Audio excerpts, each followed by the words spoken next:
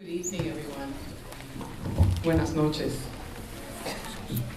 And welcome to the Salem Public Schools Kindergarten Information and Expo Night. I am the proud school superintendent of the Salem Public Schools, Margarita Ruiz. Bienvenidos y buenas noches a la sesión de información de kindergarten de las escuelas públicas de Salem. Yo soy Margarita Ruiz, la orgullosa superintendente de las escuelas de Salem.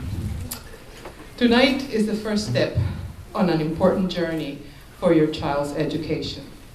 Salem has 7 great schools, and I am confident that with a little research, you will be able to find the right fit for your child in our district. Good evening. My name is Bethy Angelison, and I am the principal at the Carlton School. I believe that all of the schools in Salem are fantastic, and there is a place out there for all of your children. But the Carlton is a little bit different from the other schools, and I just want to make sure that you understand the differences that we have at Carlton that the other schools don't. So when we take kindergarten students, we take kindergarten students when they turn 5. We take them the trimester after they turn 5. So if your child is born between September and November 30th, then they would start in our December cohort. If they're born from December 1st through February 28th, we would take them in our March cohort. If they're born from March 1st through August 31st, then they would start in September. All students in our school transition at those same times because we truly believe that children learn at different rates, so we don't push children to move in a regular school schedule, but when they're ready. So when children come into our school, we set them on a continuum of learning, and we set benchmarks. Each time there is a student that is ready to move, they have to make sure they've met the benchmarks in their English language arts, which consists of reading and writing, their math benchmarks, their science, and their social emotional learning. All 4 of those pieces have to fit nicely into those benchmarks before we get them ready to move. We move those kids through transitions, and we have transition meetings. Those transition meetings take place with the student, the parents or caregivers, the current teacher that they have right now, and the receiving teacher. They set up, they take responsibility for their learning, they show the parents and the teachers what they've learned, and then they set goals for what they expect to learn in the near future. And every time there's a transition, teachers go and they assess the students, they find out where they are on that continuum of learning, and they decide whether they're ready to move or not. It's a decision that's made not just by the classroom teacher, but a team of teachers and the parents and the student. And we really truly believe that children learn at different rates, so we want to make sure we're moving kids when they're ready. In addition to our transitional times, we also have a community circle where we put 1 staff member with about 9 or 10 students in our school. They range in age from where you guys would call kindergarten, we call P1, all the way up to our E2 students. And we have that staff member be their kind of person where they can go to if they're having an issue in their classroom, or if kids just want to be part of a community. They have lunch together sometimes, they do activities, they talk about homework, they talk about all the different things that happen at school that they don't feel comfortable talking to their classroom teacher about. We also have many things at our school where we invite parents to come in. We have karaoke nights, we have movie nights. We have a school play that we perform once a year. All parent volunteer. So the parents come in, we put on a play, it's fantastic. We, at the end of every school year, which would be an academic year, we have a celebration of learning. And it's kind of neat because sometimes you'll find your children's academic celebrations in both our P2, which is a 1-2 grade level, and an E1 because they've moved during the year, and we celebrate all of those successes. So I kind of ask that you come and you check out our school because sometimes transitions are hard for kids, and I want to make sure that your kid is able to do those transitions. So I think you should come see our school, set an appointment, and go and see other schools. Compare them. Make sure that this is the right fit for your kid. Thank you. Good evening.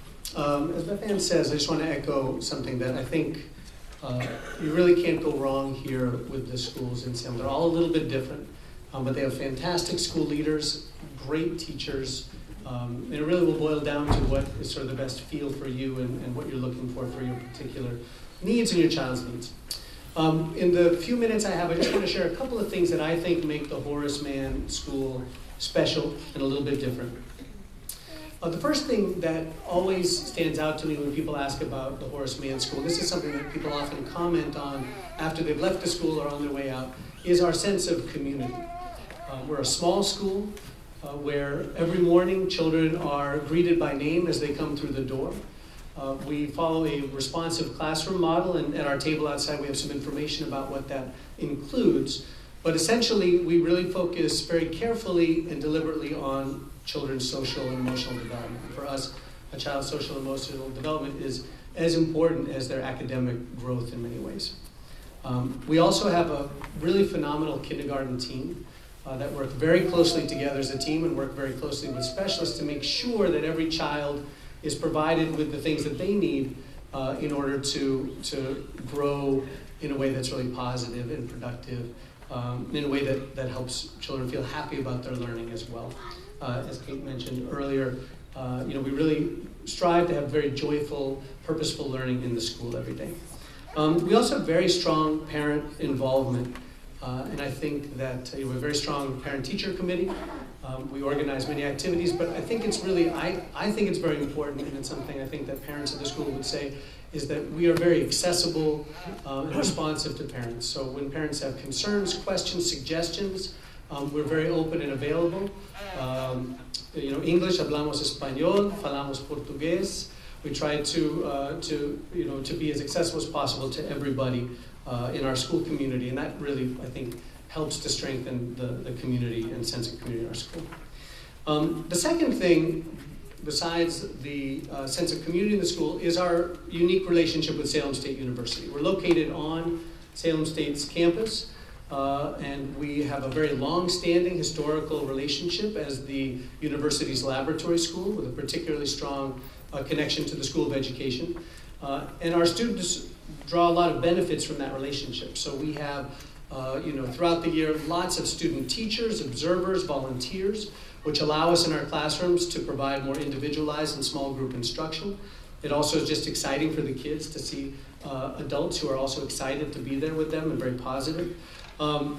We also draw upon the resources and facilities of Salem State University in a way that's a little bit different from some other schools, I think. And we have a lot of ongoing collaborations going on right now between Salem State University faculty members and Horace Mann teachers, which help us to continue to think about how we're providing students with innovative and engaging ways of approaching science and social studies and math and literacy.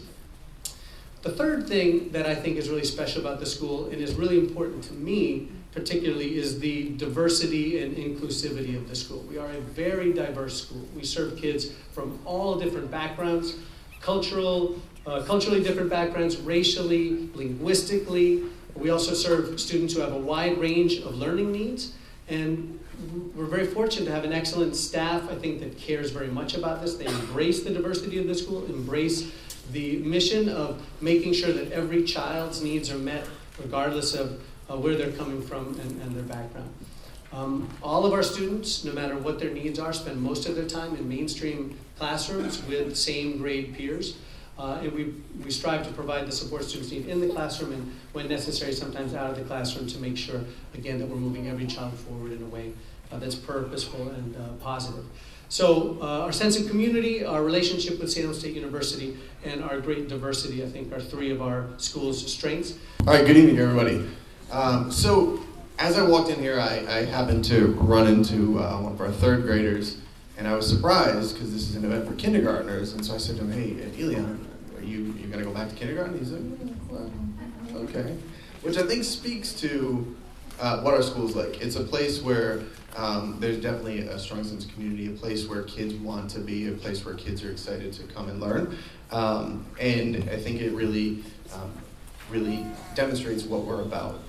One of the things that I'm doing in addition to being principal is I'm in school myself as well, and one of my professors talks about two hallmarks of a great school: having a really good, strong push for care and a really strong interest in academics. And I think that those two things are things that we do really well at Saltonstall. We have a tremendous amount of different enriching activities that kids have access to through Friday clubs, which is every Friday morning. Parents, families, community members come in and volunteer to give enriching opportunities for kids while teachers plan and collaborate with one another to give the kids during the week really interesting and different types of educational opportunities. We have a number of different other traditions that really make our school a special place. One of my favorite things is the day before Thanksgiving, we do a thing called Stew Day, where the entire school comes together, puts in little bits of food. Each class has carrots or celery or onions or chicken or whatever it might be, and we make a big stew. And the entire school comes together and eats together. We have events, we have different activities for families, and it's just an amazing day of kind of fellowship and community, and I really think it exemplifies what we're about. From an academic perspective, we've had tremendous growth the past year, and I definitely see us continue that. To echo the other principals up here, you can't go wrong. The other schools, I've visited a number of them, and there's great things happening across the district, and you guys are lucky to be able to send your kids to such amazing schools, and excited to hopefully have you come visit Saltonstall so we can tell you more about what we do, and hopefully welcome your children in the fall. Thank you. Good evening, everyone. I'm the last school presenting, so I'm going to be very brief. I know you're probably anxious to go out and visit with all the different school tables. It's a wonderful, wonderful opportunity. I encourage you to do so, as well as to take as many tours as possible. I think that's when you get the best sense of the school environment, and as my colleagues have mentioned, there is a fit for your child. Be very confident in that. I think the strength we have is the variety of schools. This night can feel like almost like a college fair. There's a lot of information. You will find the best fit for your school. For your child. Very simply, you are sharing with us the most precious gift in the world, your 5-year-old child. And as a school community, we take great pride, great responsibility in sharing that gift. And we understand that we need to provide a safe, nurturing environment. It needs to be prepared to meet each child at their readiness level. We want to challenge them as best we can, and we want to have fun. School is fun. Learning is fun. The number one data point at our school that we look for are people smiling. Very simple. School is a fun place to be. The children come to us with lots and lots of energy. It is our job to harness. You think of that word. We don't want to squelch it. We don't want to say everybody should stop. There's a lot of energy. There's a lot of excitement. We want to build off of that. We want to harness that, have that be a part of our school community throughout the day, and see our children really grow both academically and socially. And so I think, as was mentioned prior, each of the schools have different strengths about them that I think fit for a lot of different children. And the first step, the most important teacher in a child's life is you. And so I encourage you, as I mentioned before, to collect as much information as you can, and can follow up with each of us at any time, and we'll be happy to help you out. So I wish you best of luck tonight, and happy to talk to you some more over the tables. Thank you.